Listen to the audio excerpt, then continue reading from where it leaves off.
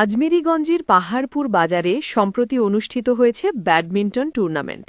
স্থানীয় যুব সমাজের উদ্যোগে আয়োজিত পাহাড়পুর বাজার দুর্গা মন্দিরে প্রতিযোগিতায় ২০টিরও বেশি দল অংশগ্রহণ করে। টুর্নামেন্ট জুড়ে ছিল খেলোয়াড়দের প্রতিদ্বন্দ্বিতা, দর্শকদের উৎসাহ এবং প্রাণবন্ত পরিবেশ। খেলাটিতে প্রথম পুরস্কার হিসেবে প্রদান করা হয় এলইডি টেলিভিশন ও ২টি ক্রেস্ট, দ্বিতীয় পুরস্কার হিসেবে ২টি মোবাইল ফোন ও ২টি ক্রেস্ট এবং তৃতীয় পুরস্কার হিসেবে ২টি ক্রেস্ট। খেলাটিকে জনপ্রিয় ও উৎসাহব্যঞ্জক করতে প্রথম পুরস্কারের দাতা ছিলেন গৌর হরি সরকার, ২ নং বদলপুর ইউনিয়ন বিএনপির যুগ্ম আহ্বায়ক। স্থানীয়দের মতে তার সহযোগিতা টুর্নামেন্টটির মান ও মর্যাদা আরও বৃদ্ধি করেছে। টুর্নামেন্টটি নকআউট পদ্ধতিতে অনুষ্ঠিত হয়।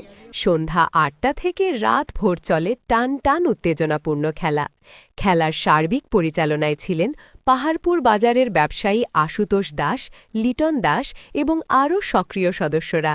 খেলা শেষে বিজয়ীদের হাতে পুরস্কার তুলে দেন গৌরহরি সরকার, দীপঙ্কর চৌধুরী, প্রবীর দাস, আশুতোষ দাস এবং টুর্নামেন্ট পরিচালনা কমিটির অন্যান্য সদস্যরা।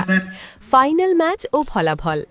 ফাইনাল খেলায় মুখোমুখি হয় সুমন ও তার টিম এবং শহীদুল ও তার টিম।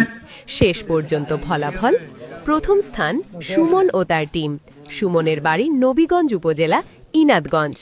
দ্বিতীয় স্থান শহীদুল ও তার টিম। তৃতীয় স্থান দীপ্ত ও তার টিম। উপস্থিতিদের প্রতিক্রিয়া জানান, এ ধরনের ক্রীড়া আয়োজন যুব সমাজকে খেলাধুলার প্রতি উৎসাহিত করে এবং সমাজে একতা ও বন্ধন বৃদ্ধিতেও গুরুত্বপূর্ণ ভূমিকা রাখে। আয়োজকরাও আশা প্রকাশ করেছেন ভবিষ্যতে আরও বড় ও নিয়মিত টুর্নামেন্ট আয়োজন করা হবে।